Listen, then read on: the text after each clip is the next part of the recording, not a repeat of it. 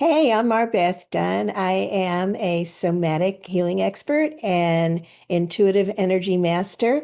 And I just had the most amazing interview with Kim Sorrelle. She is the real deal. She is pure love, pure joy, and a fabulous host. So I hope you will catch our show.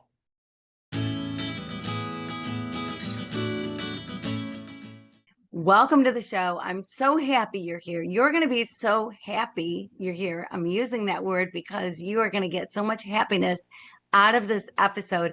I am with MarBeth Dunn, who is the queen of happiness and all things happy, and has a perspective on life that we should all adopt. And she has a new book out, and she's doing so much in our world. And I just love her and love the work that she's doing. And you're going to love her too. So, welcome to the show, MarBeth. Wow, what a great introduction, Kim. Thank you so much for having me.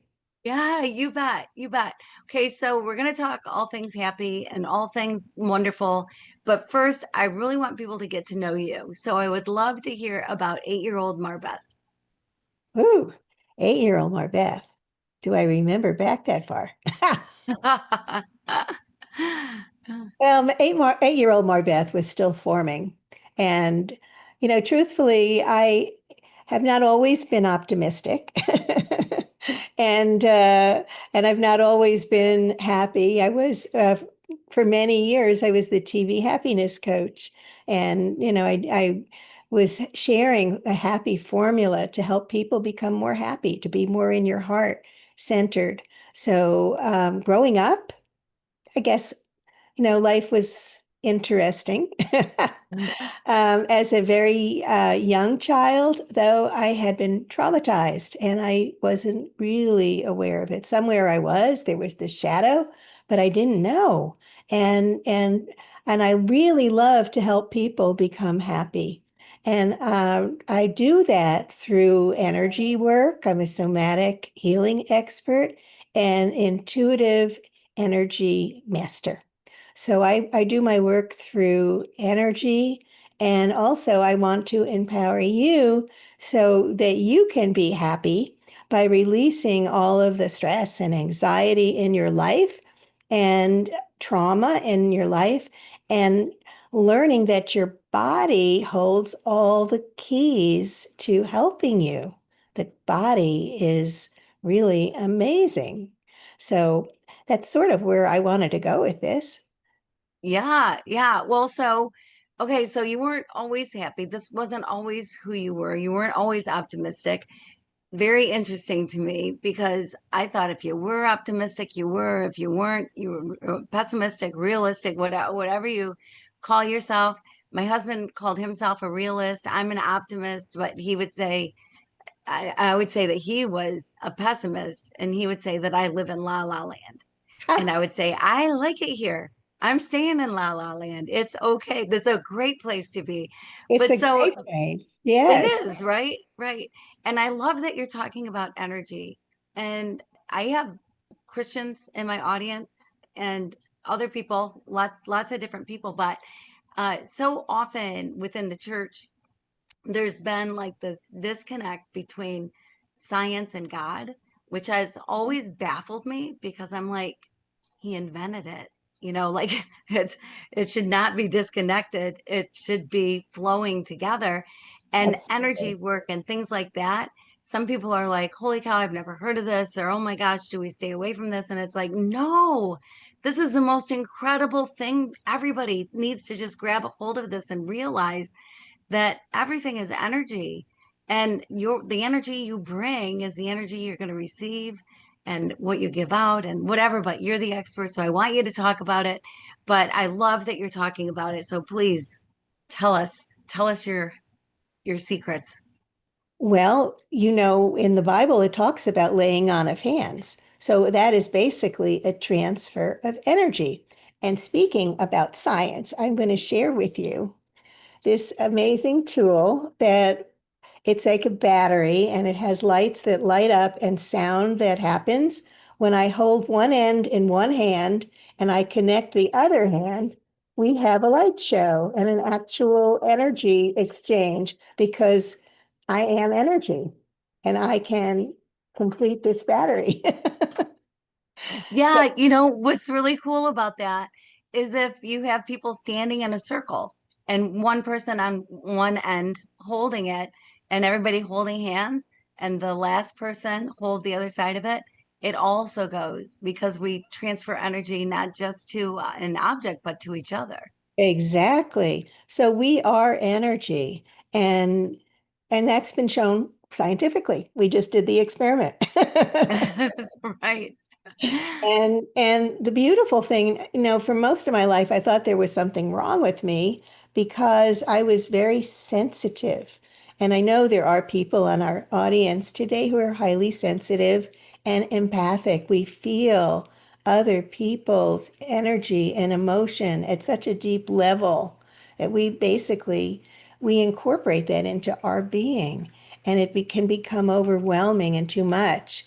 And that was my story. That's who I was and am. But I've learned, and I have a book that I've written recently that shares ways to protect yourself from other people, taking on other people's energy, and by extending love to them and not having to take it on ourselves.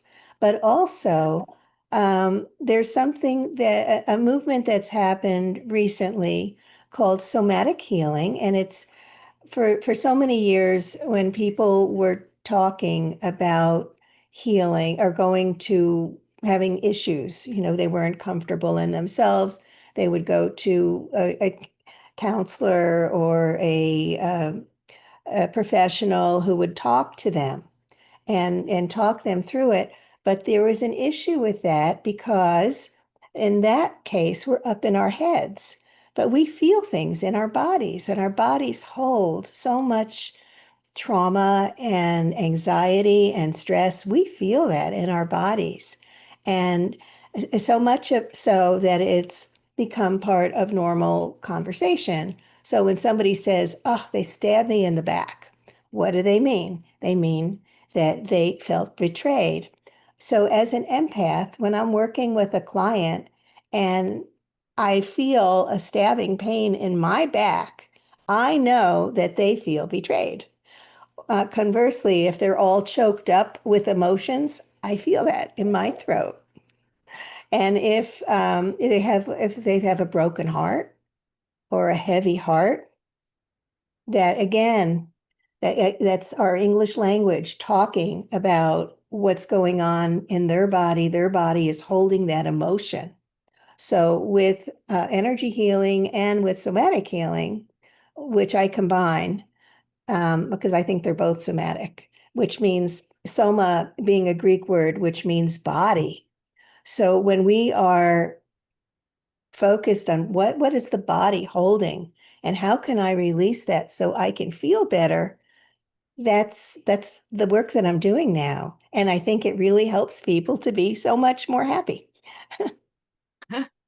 I love that. That is so good. And happiness does so much for you, right? It just changes everything in your life when you allow yourself to be happy. Have you run across people who just kind of feel like they can't be, like they shouldn't be for some reason? Yes, that they don't deserve to be happy. Yeah. And Yeah. that can be from a lot of different reasons, because it could be from early training. Maybe we're modeling our parents. We've taken on patterns that our parents have. Or maybe it's because we may feel guilty or we don't feel like we deserve to be happy. We don't deserve that. And I think that's so important to recognize that your thoughts have power and you can change your thoughts and you can shift things. And there are so many ways of doing that. And I love sharing how you can shift your thoughts to become happier. Yeah. Well, please share. That would be great. Okay. So can I share a story? You can share anything you want. Many years ago, I felt very victimized and I blamed my family for a lot of things. I didn't take responsibility for myself. I basically was a victim. Now, when we're in a victim place, we have basically given up our responsibility for ourselves and we're stuck. And so one day I had been reading all different books on because I was very unhappy and I was also sick. I had asthma, very bad asthma. And I was in a very difficult relationship with my husband and I was just not in a good place.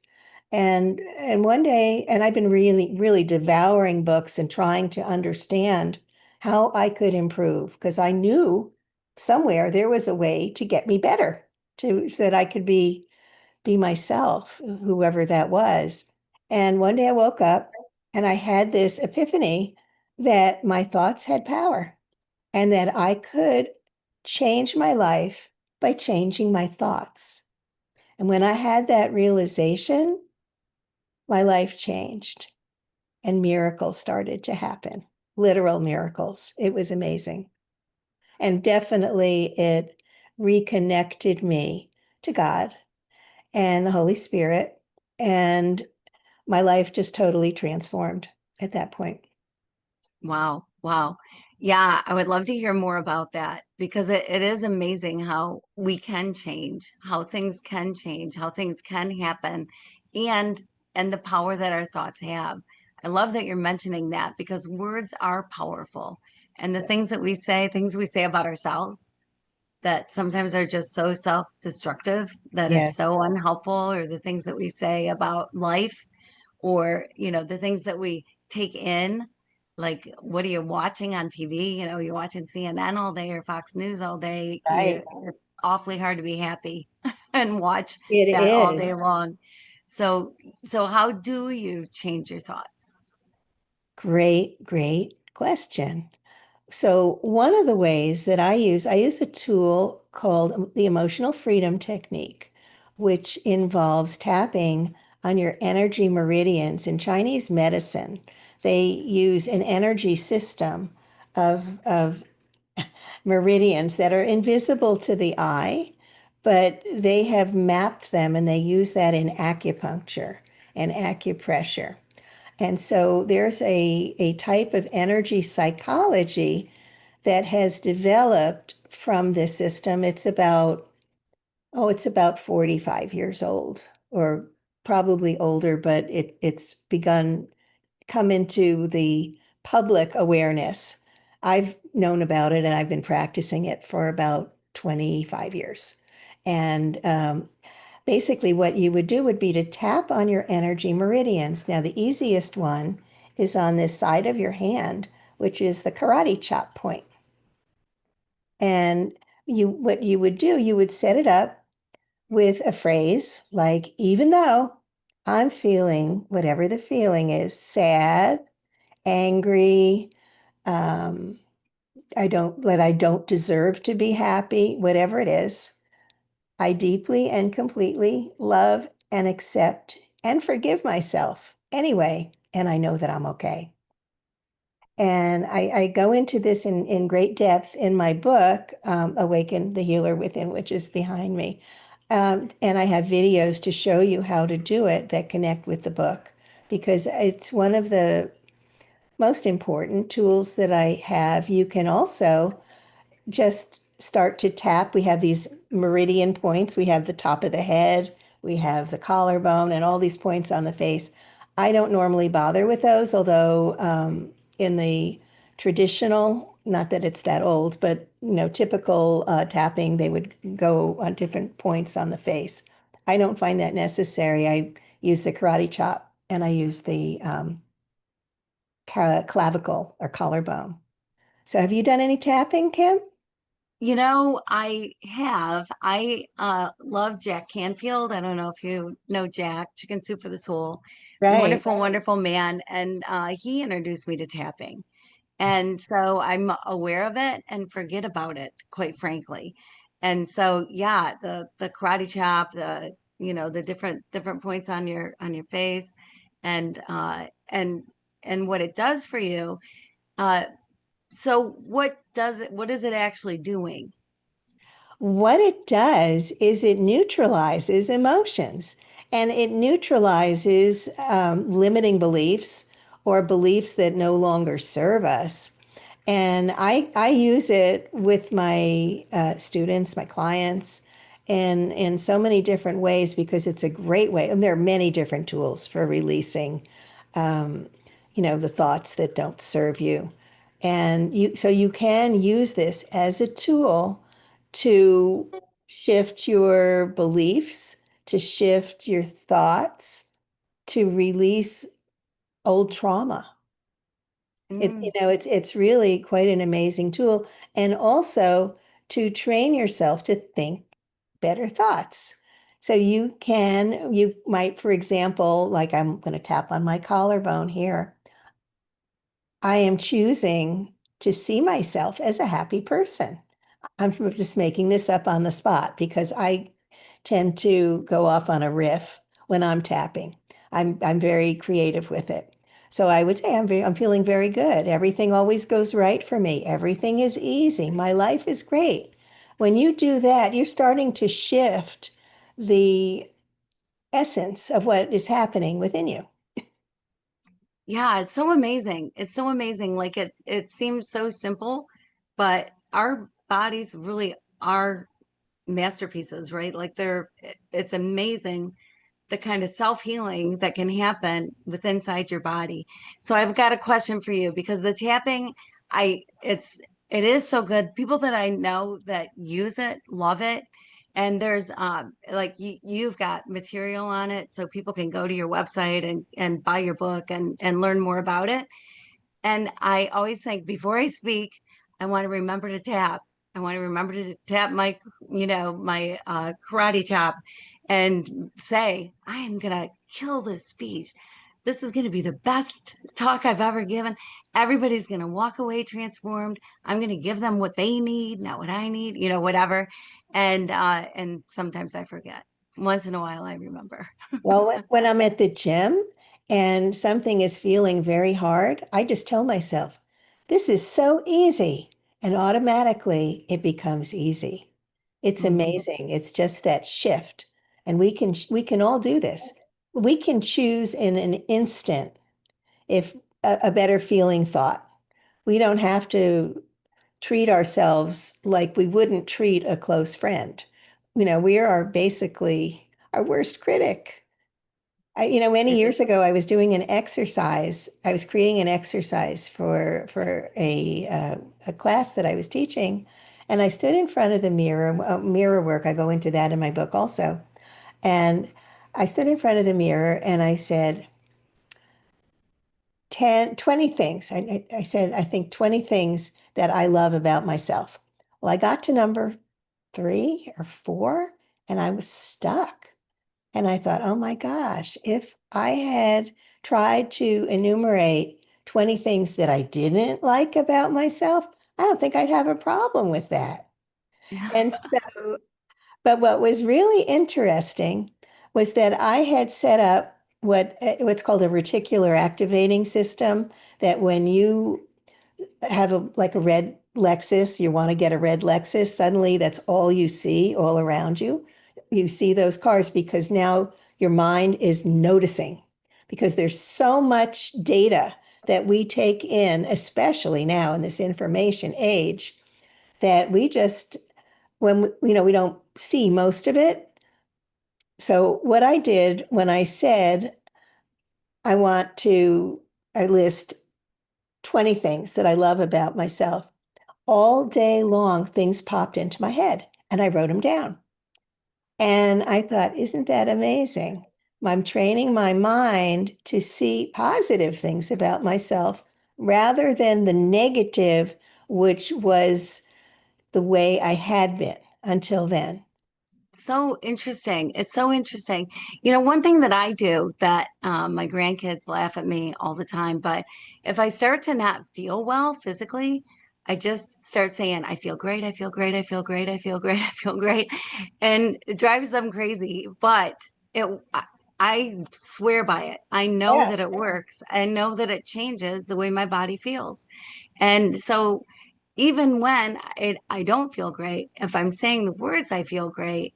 So, like seeing Lexuses or when I was pregnant, it's all you see is pregnant women, right? Right. And, so kind of wherever you're at, that's so true. That's such a great point. So, so the words that we use, so saying, I want to know positive things about myself and then finding them all day long. What would you say? Like, why is that so important to use the right words, and what are words to avoid and words to embrace? Great point.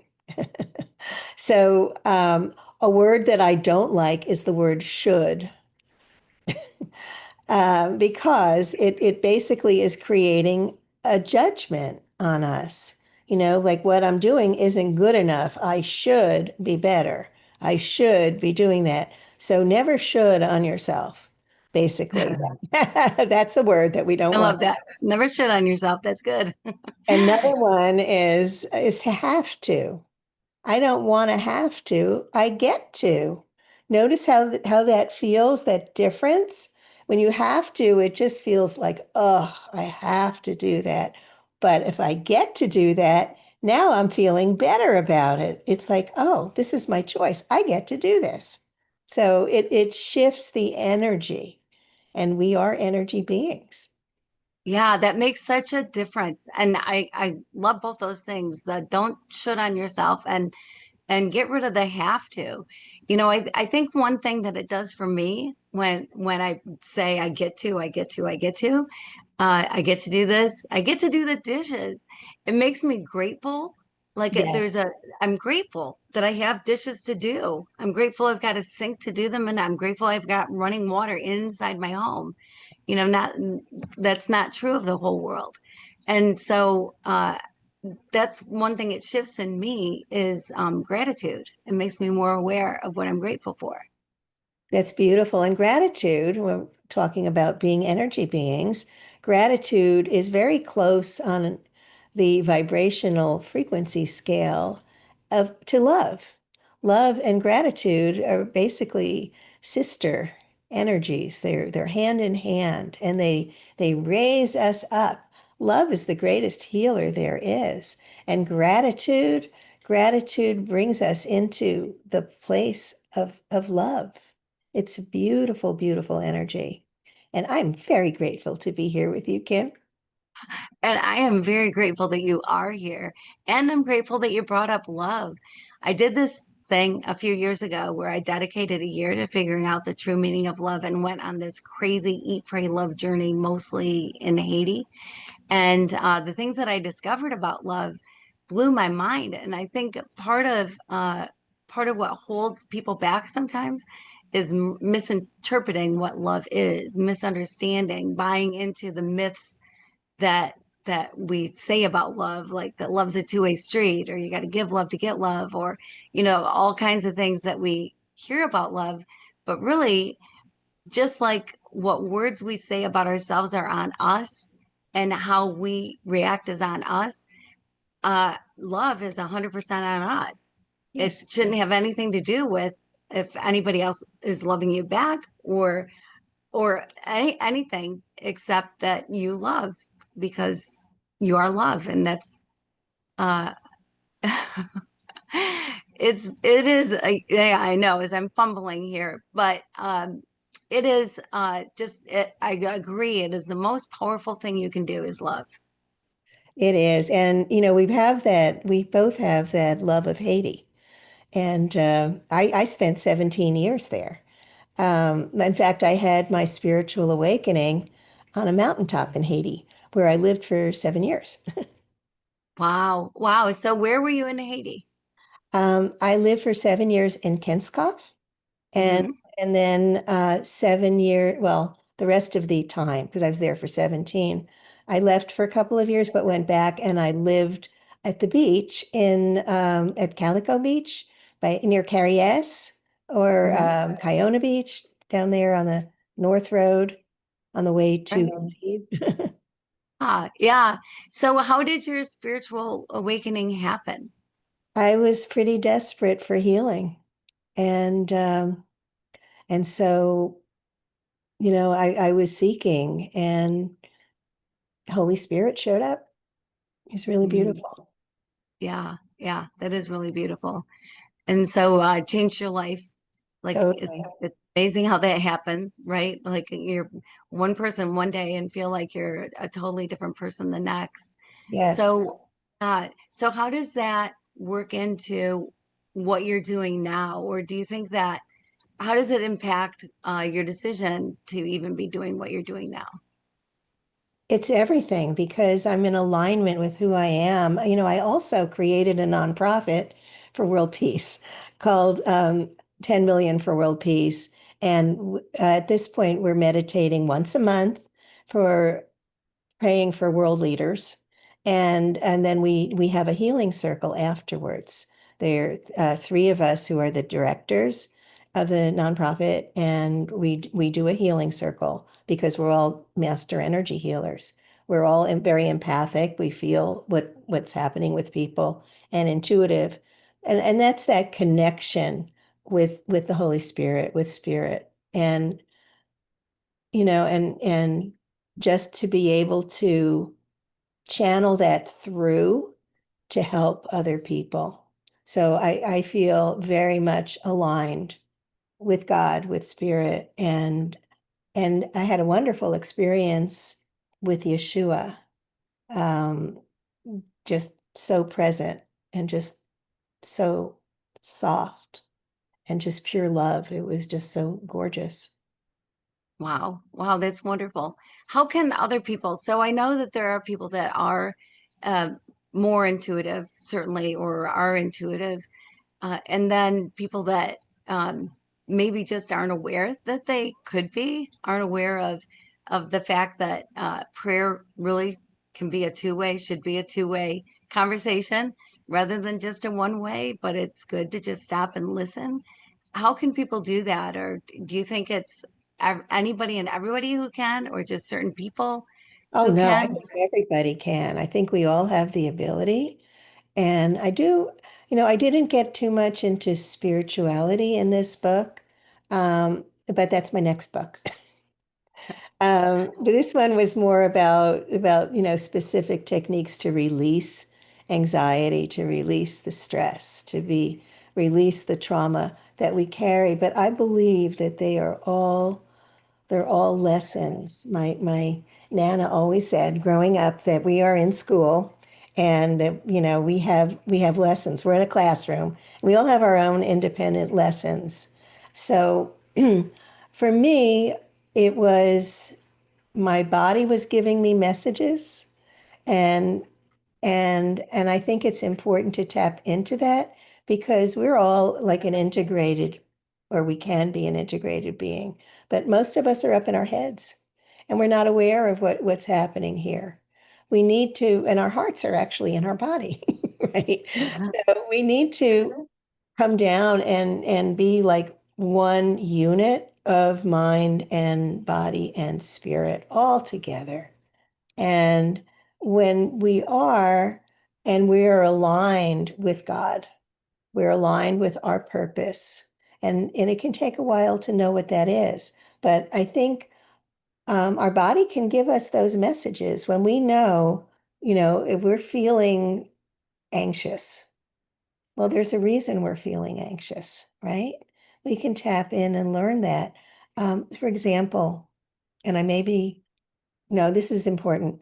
I was in Las Vegas last year with my family, and we don't get to see each other all that much because they live in New Mexico and I live in Florida. And at the end of our trip, we'd been together about a week. I woke up at 3 in the morning and I felt like I was coming down with the flu. I had a heavy chest, like I really felt like I was going to be like coming down with COVID or something. And it was really bad. And I was coughing and phlegmy and a sore throat. And I was about to get up and make myself some hibiscus and elderberry tea and get into like vitamin C and zinc and everything that I do. And then I stopped and I checked in with my body and I said, this is physical. And my body said, no. I said, wow, this is emotional. Yes. So what I was feeling, that heaviness in my chest, was the grief about separating from my kids and my grandkids. I didn't want to separate from them. And so my body, because I had never been trained, my family never really expressed a lot of emotions. So I held a lot of things in. And so my body was saying, hey, you're feeling this.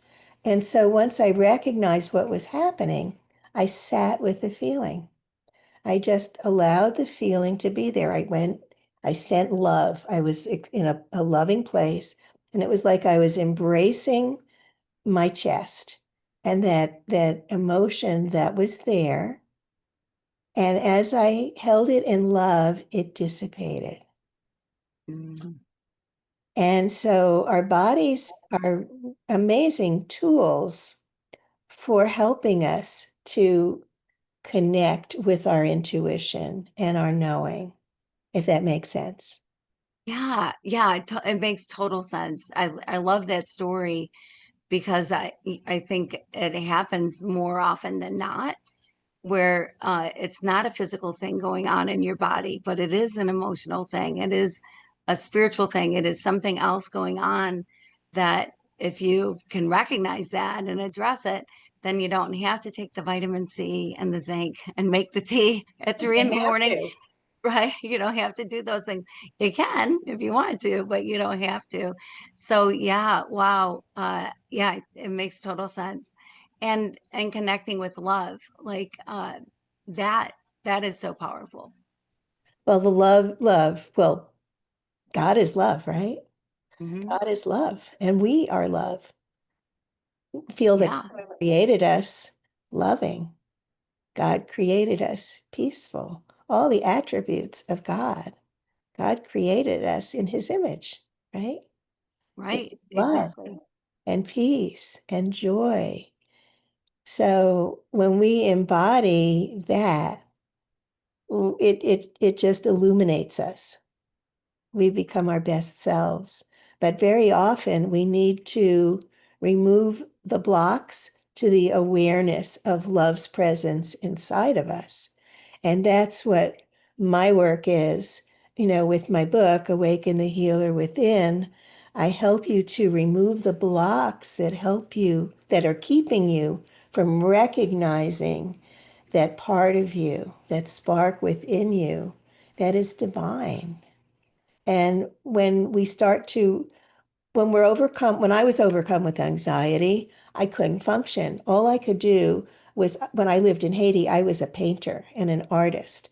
And I, I had to paint and sketch all day long because I was so anxious.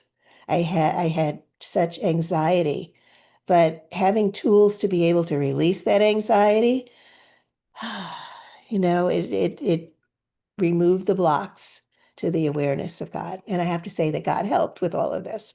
So, yeah. Yeah. Wow, that's amazing. And to know that really anybody can. And your book I know is so powerful. And but it's also not complicated. No, I try to keep it as simple as possible and explain, I didn't know. I was a mess. I didn't know what was happening with me. I read a book about communicating with your subconscious with a pendulum, and I have one here, but I won't spin it. And so I use that initially to communicate with my subconscious. And on my I have a website that I have a web page that's connected with my book where I show how I use that by asking yes or no questions. I was able to start to discover what was really happening inside me. Interesting. Interesting. So you started that way and getting answers to yes or no questions and then got deeper, we're able to get deeper into And uh God's guidance, truthfully, because I learned that I could choose peace. I could choose to be peaceful. It was a choice. I didn't have to be at the mercy of chaos. That yeah, was free. absolutely. That is huge. That's so huge. I'm so glad you're bringing that up because there that is a choice. That is Mhm. a choice. Like I think sometimes about two people in the same traffic jam, and one of them is honking his horn and yelling out the window and screaming and mad and angry and blood pressure rising, and the guy next to him is listening to you on a podcast and is relaxed and joyful, and is just fine. And it's the same situation and two completely different reactions, but both of those people chose to react the way that they reacted. Yes. But, most people don't recognize that they are choosing their thoughts or choosing a particular behavior. When we recognize him, we're taking responsibility, we're taking our power and choosing to be love, choosing to be happy, choosing to be healthy and feel terrific. Yeah, and it's wonderful to know that it really is a choice. Mhm. But I think one of the things that holds us back sometimes is we are reactionary. We react to things around us. And if there's something negative going on around us, then it can bring us down. If there's people talking negative around us, that can bring us down. If Yes. you walk into a room and somebody starts to yell at you, it's hard to not just go, "What? Why are you yelling?" And yell Of back. course, of But course. it's your choice whether or not you're going to react to that, and how you're going to react to that. Absolutely. And we're not born with guidebooks, right? We with, learning how to connect with what's happening in our bodies or whatever. And most people that I work with, they're not even like they might be up in their heads or beside themselves. Their awareness is out here because it hasn't felt safe for them to be present inside their body to feel what they're feeling, to notice what they notice. There's, all of this previous programming that, again, the blocks to the awareness of love's presence that we need to remove, we need to clear so that we can be present. And I think meditation is really wonderful for helping to, it's great to bring you into a place of calm and peace. And it's a good habit to get into because also it develops your intuition. And just even going out in nature is very grounding. And that helps you to calm down and be quiet, the be still and know that I am God. Mhm. We do that by being still.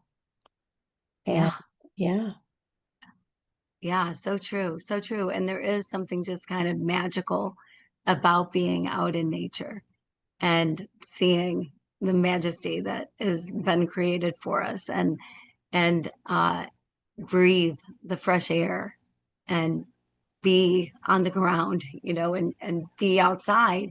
And now, since COVID, I think people, or I read a study recently that people are spending more time inside than they ever have before. yeah, And yeah, because it used to be like there's so many people that work from home. Well, they used to have to get out of their house and yes, go somewhere, right? And so it can become habitual just to stay inside and not ever leave, or just leave to go get groceries or see a friend or something, but not like we used to.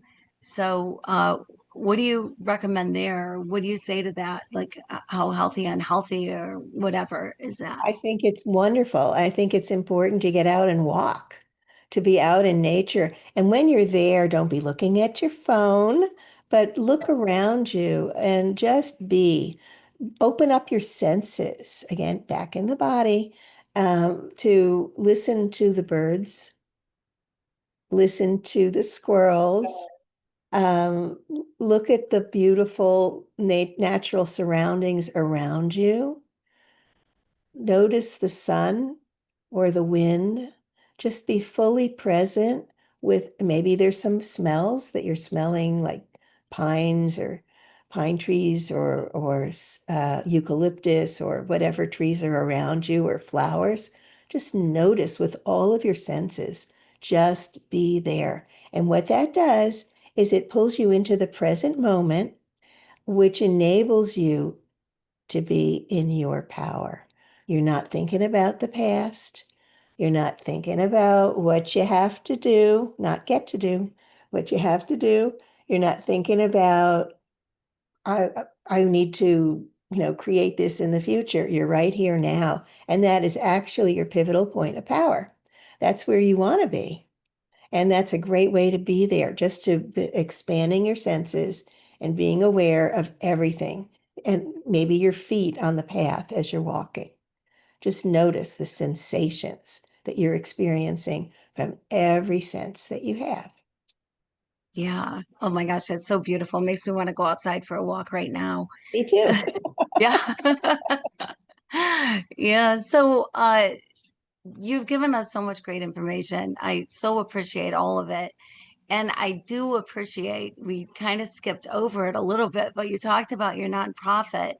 And man, you're doing some powerful things, like some incredible things have happened through your being aware and praying together and just lifting up the world, lifting up world leaders, and things are changing, like things have happened. I think world peace is one of those things that, if you're Miss America, what do you want most in the world? I just want world peace. Yeah. All right. It's almost cliche in a way, but and it seems unattainable, but it's not unattainable. I don't believe it's unattainable. I truly believe that peace is possible. And because I know that we are so much greater than our physical bodies, that when we join together in a meditation for world peace, when we all can feel it in our beings, we're creating it. It may not be like right now, but we can feel it now. And we can choose to be peaceful, regardless of what's happening around us. And I think that's really so powerful. That is so powerful. That is so powerful. So you've talked about blocks, about things that hold people back, and there are many. Uh, I don't know that anybody goes through life totally unscathed, right? Like we all go I don't through think stuff. we We all do. have times that are just some of the hardest times that we wonder if we're even going to get through, and grief and loss and trauma and so many things that we go through. How do you recognize those? How do you know years later when you think you're not thinking about it anymore, but it's something you're still carrying around? How do you dive in and try to recognize that? Yeah, they say that time is the greatest healer, but sometimes it isn't. Sometimes we're still carrying that sadness and grief with us. We recognize that because we think about someone and we'll feel a pang in our chest, or we might feel emotions coming up. I had a boyfriend who died about 13 years ago, and I was very much in love. And this was shocking, sudden death of a heart attack. Now I had tools and I had a choice. I could have just gone into a very, very deep grieving period. And I chose to use the tools that I have, like the emotional freedom technique and some other tools that I have. And it wasn't easy, but I chose to release the grief. And I used my tools for it. It took a couple of months. And I woke up one morning and the sun was shining in my bedroom, and I something was different. I felt good. I felt good. I hadn't felt good in a few months since he had passed. And I felt around inside me, and the love was still there. I knew he would, that the love was there. And I also knew that he didn't want me to suffer. He didn't really want me to grieve. He wanted me to thrive because he loved me. And I just had this epiphany that I had something that could help other people to move through their grief. And grieving it's a very personal process. Yes, once in a while, after that, I would feel a pang. Mm. But the majority of the grief was gone. And Wow. and and I thought, wow, I can help other people with this. And there was what was amazing was all of the growth that occurred because of this experience. I realized, I guess, maybe a year or so later, how much I had grown, all the gifts that were in that experience. And I truly believe that everything is is a lesson from God, for us to learn and grow. Because I grew so much from that. So many people showed up to help me during that Mm. experience. And just looking back at how much I grew because of it, and how I was able to find purpose in it to help other people.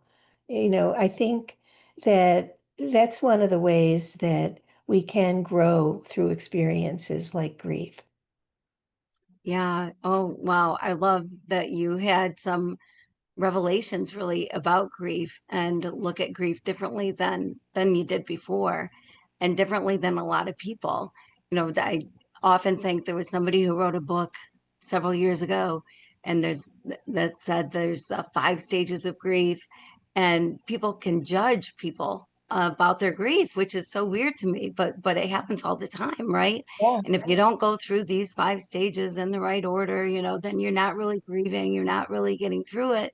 But grief is so personal, Hmm. and people should be able to grieve the way they grieve. Yes. And but you knowing more about grief and understanding that there are things that you can do to help you get through the grief, I think is incredible. Like what is a big tip if somebody's going through grief right now or deep in grief or has lost somebody, that they get that major pang, not just a little pang, but a major one It's anytime they major. talk about. It's Yeah. major. And it's something that we all experience. And just to know that this too shall pass. You Mhm. know, you're bigger than the grief. The grief can totally consume you. And I'm not saying that this was an easy road for me for those few months when I was releasing it with the tools that I have, like the emotional freedom technique. Um, I mean, there were times where I would just binge eat or, just get in front of the television and just go mindless because it was just too overwhelming. But when I recognized, wow, this was really an amazing experience overall. And I don't believe that, I mean, I do believe that our loved ones, that we're eternal beings. I truly believe that, we're created in the image of God. We're eternal. And so our loved ones are still alive and, and in a beautiful place. And so, Yeah. yeah, Yeah, absolutely. I've often wondered also that like my husband died several years ago, and he was diagnosed with pancreatic cancer and just had 6 weeks after that. But we had a beautiful 6 weeks together. But I was thinking, man, Jesus healed the lame and the blind and the deaf. And so we prayed, Lord, heal him. Or I think the ultimate healing is heaven. Like that's the prize, that's the goal, that's where we want to go. But yet we're so sad when somebody goes there. And but I think probably more sad for us than sad for them. But it's still just sort of this back and forth thing in your mind that it can be, am I supposed to be happy for them? Am I supposed to be sad? What am I supposed to be? Because heaven is a great place. And I also believe that we are eternal beings and that created in God's image. And so we are eternal and we get to go to a really great place. So how do you handle that? Or what do you have to say about that mind mind shift, or what's going on in our heads with yeah. grief? because you miss their physical presence. But I have to tell you, when my after he died, um, he was basically, I kept feeling him around me and leaving messages. They talk about pennies from heaven. I got flowers from heaven. You know? Just really interesting things that happen after my mom passed. I know they're around me, but I still miss them, And after my mom passed, and I was driving on trying to visit a school that she had donated to in her will. I was on my way and I was talking to her. And I said, Mom, I really miss your physical presence. I know that you're in a great place, but I really miss you. And everybody called my mom sis. Immediately, this van pulls in front of me, and the license plate is SIS. And I Wow. totally lost it. I just totally broke down in tears. We're human. We are going to experience grief and loss. And I think that's all natural, natural places, natural feelings, for people. But they're also, we can also rise above the battleground, be up here, like 35,000 feet up, and look at things from a more neutral place, which takes Mhm. takes a lot of work to get there. Yeah, yeah. Well, and you're the expert. And so that's why people should buy your book and not just buy one for themselves, but give them away. It's a beautiful thing to be able to give to other people. What an incredible gift to change people's lives, which your book does. And so buy a bunch of them and give them away because it's beautiful. And so with grief too, you hear people say, well, why don't they just get over it? And I always think it's not a matter of getting over it. I don't think you ever get over it, but you can get on top of it. Very true. You can get on top of it. And you went through that experience with your husband. I mean, that's huge. That's really huge. And you get to share your wisdom now with other people. Yes, you talked about that earlier, the things that we go through in life. I don't really believe that God like smites us with cancer, says you stole that pack of gum when you were 7 years old. So when you're 47 years old, you're getting breast cancer. I don't think that it's like that. But the things that we do have to go through, we have a choice of either using for good or wallowing, right? And Hmm. if we can help other people go through what we've already been through, when you're Hmm. 10 steps ahead, a few steps ahead of somebody else where they are with their grief or where they are with whatever they're going through in life, and then use the wisdom you gained, because you should learn from the stuff we go through, right? I think it's a wonderful thing. And I admire people who do that, who take their pain and turn it into something just incredible to help other people, like Yes. you have. You've taken so much pain and turned it into incredible ways to bring happiness to the whole world. And I appreciate that so much. Thank you, Kim. I appreciate you so much. Well, thanks. That's really sweet. So, if you were to give, or first, I'm curious, is there wisdom or some piece of advice that somebody gave you? You mentioned your grandma earlier, your mom, but that somebody gave you that you've hung on to, that you thought, man, that is such a great piece of advice that you want to give it away, that you've shared it over the years? I think it's important. I can't think of anything totally off the top of my head, except that your thoughts have power. And you can change the energy, your energy, by changing your words and changing your thoughts, by shifting into this is easy, or I've got this, or God and I are one, and together we can overpower and go anywhere. We're limitless. That's really Limitless. powerful. Yeah. Yeah, I love that. I love the limitless because so often we feel so limited.